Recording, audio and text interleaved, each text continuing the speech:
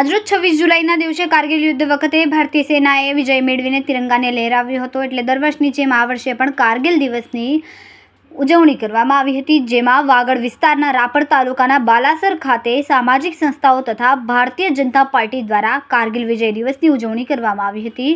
જેમાં કેન્દ્ર સરકારના આયોગના ચેરમેન કિશોરભાઈ મકવાણા, સાંસદ અને ભાજપના પ્રદેશ મહામંત્રી વિનોદભાઈ ચાવડા, ધારાસભ્ય વિરેન્દ્રસિંહ જાડેજા, તાલુકા મામલતદાર એચ.બી. વાઘેલા, બાલાસર પીએસઆઈ વી.એ. ઝા, તાલુકા ભાજપ પ્રમુખ નશાભાઈ દેયા, કૌશિક બગડા, કિશોર મહેશ્વરી, બાલાસર સરપંચ સહિતના શાળાના વિદ્યાર્થીઓ તથા વિદ્યાર્થીનીઓ તેમજ આસપાસના સરપંચો, સામાજિક સંસ્થાઓ તથા ગામ લોકો ઉપસ્થિત રહ્યા હતા.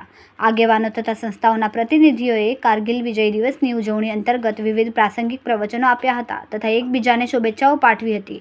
હિન્દી સાહિત્ય અકાદમી ગાંધીનગર તથા આર્ય ફાઉન્ડેશન અમદાવાદના સંયુક્ત ઉપક્રમે કાર્યક્રમ યોજાયો હતો.